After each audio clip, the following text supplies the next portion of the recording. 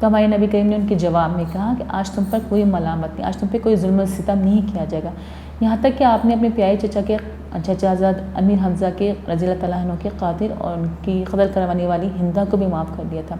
ایک غزوہ میں آپ کے چچا کو ہندہ نے قتل کیا اور وحشی سے ان کا قتل کروایا، اور آپ نے ہندہ نے جو ہے کہا تھا کہ میں ان کا کلیجہ جو ہے وہ کچا چباؤں گی، تو انہوں نے اس ایک غزوہ میں حضرت چچا حضرت امیر حمزہ کے ساتھ انہوں نے یہ سلوک کیا۔ آپ کو اپنے چچا سے بے انتہا محبت تھی، لیکن آپ نے دیکھی جب وہ سامنے آئے آپ نے ان دونوں کو معاف کر دیا، بس انہوں نے صرف یہ کہا تھا کہ آپ دوبارہ میرے سامنے مت آئیے گا۔ اور انسانی تاریخ میں معافی اور درگزر کی ایسی شاندار مثال نہیں ملتی، اور ایسے بہت سے واقعات ہیں جس میں آپ ہمارے نبی کریم صلی اللہ علیہ وسلم نے معافی دی، اور آپ سراپا رحمت ہیں۔ آپ سراپا رحمت صرف انسانوں کے لیے نہیں تھے بلکہ تمام جہانوں کے لیے، بلکہ جانوروں کے لیے، سب کے لیے آپ سراپا رحمت تھے۔ اور کوئی بھی دشمن چاہے وہ کتنا ہی کٹر دشمن کیوں نہ ہو، آپ سے رحم کی بھیک مانگتا ہے یا آپ کو کہتا ہے کہ ہمیں امان دے دیں، تو وہ آپ ان کو امان دے دیتے تھے، مطلب ان کو کوئی نقصان نہیں پہنچاتے تھے۔ ایک دفعہ نبی کریم صلی اللہ علیہ وسلم نے دیکھا کہ ایک غلام آٹا پیس رہا ہے اور ساتھ ہی در سے کر رہا ہے۔ آپ صلی اللہ علیہ وسلم سے قریب گئے تو پتہ چلا کہ وہ بیمار ہے، اس کا ظالم آقا اسے چھٹی نہیں دیتا۔ آپ صلی اللہ علیہ وسلم نے اسے آرام سے لٹایا، سارا آٹا خود پیس دیا اور پھر فرمایا، جاؤ تم نے آٹا پیسنے والا، جب بھی تم نے آٹا پیسنا ہو مجھے بلا لینا۔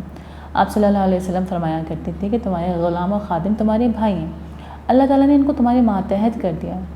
ہر مسلمان کو چاہیے کہ جو کھانا خود کھائے اپنے غلام و خادم کو وہی کھانا کھلائے، جو کپڑا خود پہنے ان کو بھی وہی پہنائے، اپنے غلام و خادم سے ایسی مشقت نہ لے جو اس کی طاقت سے بڑھ کر ہو، اور اگر اس کی طاقت سے بڑھ کر کام لے تو اس کی مدد کرے۔ دیکھیں اس پیراگراف میں ہمارے نبی کریم صلی اللہ علیہ وسلم نے خادم و غلامات کے تعلقات، ان کے حقوق کے بارے میں بتایا کہ کبھی بھی کسی بھی آقا کو اپنے غلام پہ جو ہے وہ ظلم نہیں کرنا چاہیے۔ اچھا، یہ وہ دور تھا جب لوگ جو ہے لوگوں غلام بنا لیتے تھے، خرید کر، جو غلام ان لوگوں کو بنایا جاتا تھا جن کے آگے پیچھے کوئی نہیں ہوتا تھا، جن کے کوئی والد نہیں ہوتے تھے، والدہ نہیں ہوتی، جن کا کوئی نہیں ہوتا تھا، تو لوگ جو ہے ان کو خرید کر اپنا غلام بنا لیتے تھے، اور جب وہ غلام بن جاتے تھے تو ان پہ ہر طرح کا ظلم و ستم کیا جاتا تھا۔ اب ان کو یہ نہیں دیکھا جاتا تھا کہ وہ بھوکے ہیں، پیاسے ہیں، یا ان میں ہمت ہے یا نہیں ہے، ان سے ہر طرح سے کام لیا جاتا تھا۔ تو جب ہمارے نبی کریم صلی اللہ علیہ وسلم نے ایک واقعہ اس میں آ رہا ہے کہ دیکھا کہ غلام آٹا پیس رہا ہے اور درد سے بھی کرا رہا ہے، اس کی طبیعت صحیح نہیں تھی، تو آپ اس کے پاس گئے اور اسے کہا کہ تمہارا آقا تمہیں چھٹی نہیں دیتا؟ اس نے کہا نہیں، وہ مجھے نہیں چھٹی دیتا۔ تو آپ نے اس کو آرام سے لٹایا، خود سارا آٹا پیسا اور کہا جب بھی یہ تمہیں آٹا پیسنا ہو تو مجھے بلا لینا۔ دیکھیے انہوں نے کتنی خوبصورت مثال قائم کی کہ غلام اور آقا کے بارے میں، اور انہوں نے ان کے حقوق بھی بتائے۔ انہوں نے کہا غلام اور خادم تمہارے بھائی ہیں، اور اللہ تعالیٰ نے ان کو تمہارے ماتحت کر دیا۔ اگر کوئی غلام ہے تو اس کا مطلب ہرگز نہیں ہے کہ اس کے ساتھ ظلم و ستم کیا جائے، اس کے ساتھ زیادتی کی جائے، بلکہ آپ نے فرمایا کہ ہر مسلمان کو چاہیے جو خود کھانا کھائے وہی کھانا اپنے غلام کو بھی کھلائے، جو خود کپڑا پہنے وہ بھی انہی کو پہنائے، اور اگر وہ اس سے زیادہ مشقت، بالکل جو اس کی طاقت ہے اس سے زیادہ مشقت نہ لے۔ اگر فار ایگزامپل کوئی بھاری کام کروانا ہو، کوئی اینٹیں اٹھوانی ہو، کوئی ایسا کام کروانا ہو جو اس شخص کی ہمت سے بڑھ گئے، تو خود اس کی بھی مدد کرے۔ نبی کریم صلی اللہ علیہ وسلم نے انسانوں ہی کی نہیں بلکہ بے زبان جانور پر بھی بہت مہربان تھے، ان پر کسی قسم کی زیادتی یا ظلم ہوتا نہیں دیکھ سکتے تھے۔ حضرت محمد صلی اللہ علیہ وسلم نے جانوروں اور پرندوں کے خیال رکھنے کی نصیحت کی ہے۔ ایک مرتبہ صحابہ نے چڑیا کے گھونسلے سے اس کے بچے اٹھا لیے، چڑیا سر پہ منڈلانے لگی، مطلب گھومنے لگی، چکر لگانے لگی۔ اللہ کے آخری نبی حضرت محمد صلی اللہ علیہ وسلم نے پوچھا کہ چڑیا کیوں پریشان ہے؟ صحابہ نے جواب دیا، یا رسول اللہ ہم نے اس کے بچے اٹھا لیے ہیں، اور آپ نے فرمایا جاؤ بچوں کے گھونسلے میں واپس رکھاؤ۔ یہ سن کر صحابہ نے فوراً چڑیا کے بچے کے گھونسلے میں واپس رکھ دیے۔ اسی طرح سے ایک مرتبہ آپ صلی اللہ علیہ وسلم کہیں تشریف لے جا رہے تھے، راستے میں ایک اونٹ پر نظر پڑی جو بھوک کی وجہ سے کمزور ہو گیا تھا۔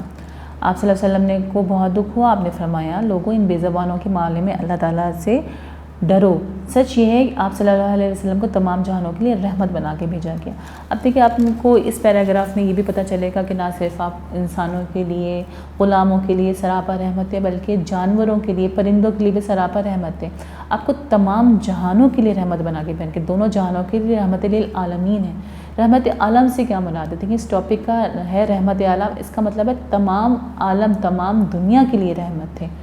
اور اسی طرح ایک واقعہ ہوا کہ ایک صحابہ نے جو ہے وہ چڑیا کے گھونسلے سے ان کے بچے اٹھا لیے، تو چڑیا ان کے سر پہ منڈلانے لگی، صحابہ کے سر پہ۔ تو آپ نے ان سے پوچھا کہ بھئی کیا ہے، کیوں چڑیا کیوں اتنی پریشان ہے؟ تو انہوں نے کہا کہ میں نے اس کے بچے اٹھا لیا۔ آپ نے فوراً کہا کہ چڑیا کے بچے کو ان کے گھونسلے پہ واپس رکھو۔ مطلب یہ کہ آپ کسی جانور کو، کسی پرندے کو، کسی بھی چیز کو تکلیف میں نہیں دیکھ سکتے تھے، اور آپ نے فوراً ان سے کہا کہ اس کے بچے واپس رکھ کر آئیں۔ اسی طرح آپ ایک جگہ کہیں تشریف لے جا رہے تھے تو آپ کی نظر جو ہے اونٹ پر پڑی، جو بھوک کی وجہ سے کمزور ہو گیا تھا۔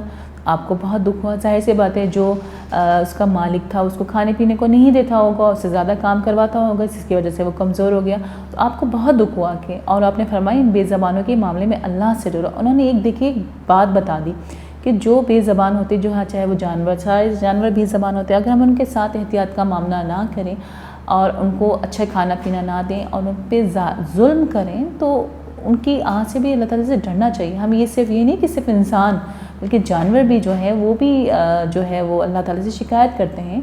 اس وجہ سے ہمیں ان کے بتایا گیا ہے کہ بے زبانوں کے معاملے میں سے بھی اللہ تعالیٰ سے ڈرنا چاہیے۔ اور اس سے ہم اس سارے سبق سے ہم نے یہ سیکھا کہ عفو و درگزر بہترین صفات ہیں، ٹھیک ہے۔ ہمارے نبی کریم صلی اللہ علیہ وسلم عفو و درگزر کا بہترین نمونہ تھے، اور آپ کی جو رحمت تھی وہ تمام جہانوں کے لیے رحمت تھی۔ آپ کی رحمت صرف مومنوں کے لیے نہیں تھی بلکہ غیر مسلموں کے لیے بھی تھی۔ آپ صلی اللہ علیہ وسلم کی ذات مبارک شفقت کا باعث تھی۔ اسی طرح آپ صلی اللہ علیہ وسلم جانوروں اور پرندوں پر بھی مہربان تھے۔ جی، اب رحمت عالم صلی اللہ علیہ وسلم کے الفاظ جملے ہیں۔ الفاظ جملے کون کون سے ہیں؟ امید ہے پہلا، پھر درگزر، نمبر 3 نقصان، نمبر 4 زیادتی، اور نمبر 5 مشقت۔ آپ امید کا بھی جملہ بنا سکتے ہیں کہ ہمیں اللہ سے ہمیشہ اچھی امید ہوتی ہے اور مجھے امید ہے کہ تم کامیاب ہوگی، اس طرح کے جملے ہیں۔ درگزر، ہمیں دوسروں کی غلطیوں سے کو درگزر کرنا چاہیے، معاف کر دینا چاہیے، اس طرح کے نقصان، زیادتی اور مشقت آپ نے یہ لیسن میں پڑھا ہوگا، تو آپ کو جملے بنانے میں بھی آسانی رہے گی، یہ آپ کے تخلیقی ہوتے ہیں۔ تو بچوں، امید ہے کہ آپ کو یہ لیکچر جو ہے وہ سمجھ میں آ گیا ہوگا۔ اپنا بہت خیال رکھیے گا، اگلے لیکچر میں آپ سے ملاقات ہوتی ہے۔ اجازت دیجیے، اللہ حافظ۔